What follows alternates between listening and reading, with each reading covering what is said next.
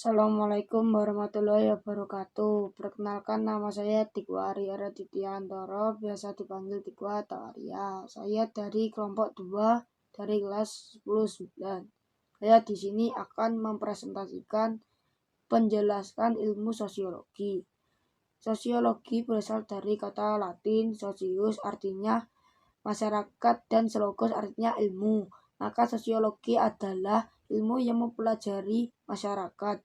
Secara umum, sosiologi adalah ilmu pengetahuan yang mempelajari tentang kehidupan sosial manusia, interaksi antar individu dan kelompok, serta struktur dinamika masyarakat. Ciri-ciri sosiologi ada 4, yaitu yang pertama empiris, artinya sosiologi berdasarkan observasi dan kenyataan. Teoritis berarti berdasarkan teori. 3. Kumulatif, artinya teori yang dikembang dari teori-teori sebelumnya. Yang keempat, nonetis, artinya tidak menilai baik atau buruk suatu masalah sosial. Manfaat ilmu sosiologi yaitu memahami pola interaksi sosial, nilai dan norma, serta struktur kekuasaan yang ada di masyarakat. Sekian presentasi dari saya. Jika ada kesalahan, mohon dimaafkan.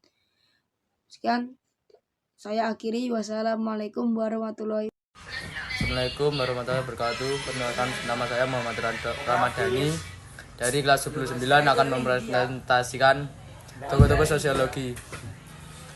1. Auguste Comte. 2. Karl Marx. 3. Max Weber. 4. Emil Durkheim. Oke.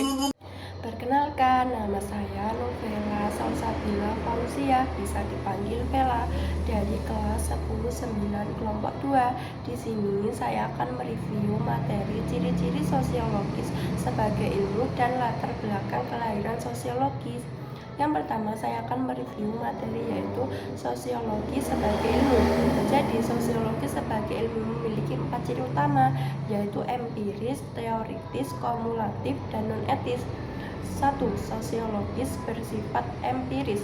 Ciri yang pertama yaitu sosiologis yang bersifat empiris, artinya dalam melakukan kajian tentang masyarakat harus didasarkan pada hasil observasi.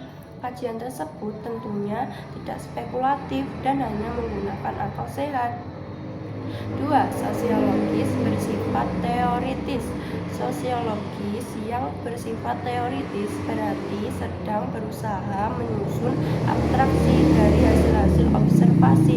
Abstraksi sendiri adalah kerangka dari unsur-unsur yang didapat dalam observasi, disusun secara logis dan bertujuan untuk menjelaskan hubungan sebab akibat. 3. Sosiologis bersifat kumulatif. Selanjutnya ada sosiologis yang bersifat kumulatif.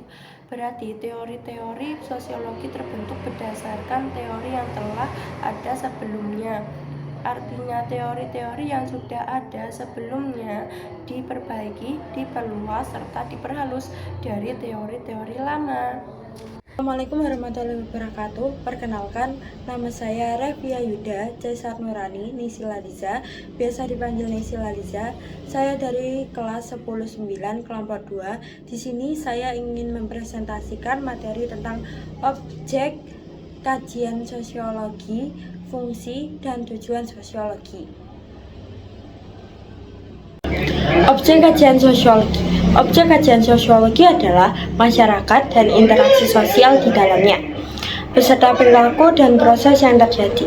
Sosiologi mempelajari bagaimana individu berinteraksi, membentuk kelompok, dan menciptakan norma dan nilai-nilai yang memengaruhi kehidupan bersama. Objek kajian sosiologi dibagi menjadi 2, yaitu objek material dan objek formal. Objek material adalah segala sesuatu yang bersifat fisik dan non-fisik yang memengaruhi kehidupan sosial. Contoh fisik adalah rumah, sekolah, kendaraan, dan uang. Contoh non-fisik, gagasan, ide, adat istiadat, keyakinan, aturan, dan norma. Selanjutnya saya akan mempresentasikan latar belakang kelahiran ilmu sosiologis. Poin 1. Revolusi industri abad ke-18-19. Revolusi industri dimulai di Inggris lalu menyebar ke Eropa dan dunia barat lainnya.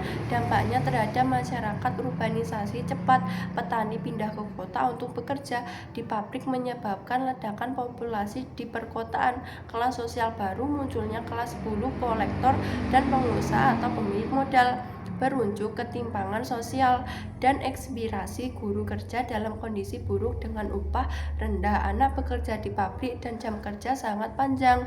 Krisis nilai dan hubungan sosial kehidupan masyarakat desa yang tradisional dan harmonis berubah menjadi kehidupan kata yang anonim dan kompetitif. Kebutuhan untuk memahami dan mengatasi perubahan sosial yang drastis ini menjadi pemicu munculnya sosiologis.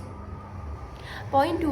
Revolusi Prancis 1789, sebuah revolusi politik besar yang menggulingkan sistem republik berbasis hak-hak rakyat. Dampaknya terhadap struktur sosial, tumbangnya struktur feodal, kerja bangsawan dan kerja kehilangan kekuasaan absolut, kebebasan dan kesetaraan, ide tentang hak asasi manusia, demokrasi dan kebebasan individu menjadi pusat pemikiran baru. Ketidakstabilan sosial dan politik masa transisi ini munculkan kekacauan dan pernyataan besar bagaimana masyarakat dapat diatur secara adil dan stabil. Kondisi ini mendorong para pemikir untuk mencari aturan atau hukum saja yang dapat menciptakan keteraturan baru. Poin 3. Perubahan interaksi pencerahan dan ilmu pengetahuan abad ke-17-18 dikenal sebagai era pencerahan Enlightenment, di mana rasionalis dan ilmu pengetahuan mulai menggantikan dengan agama dan tradisi dalam menjelaskan dunia. Ciri-ciri zaman ini, rasionalisme sebagai segala sesuatu harus dijelaskan secara logis dan ilmiah. Kemajuan ilmuwan, ilmu dalam fisika, biologi, alam, matematika berkembang pesat. Kepercayaan pada kemajuan sosial manusia diyakini bisa mendapatkan masyarakat yang lebih melalui ilmu dan akan budi. 4.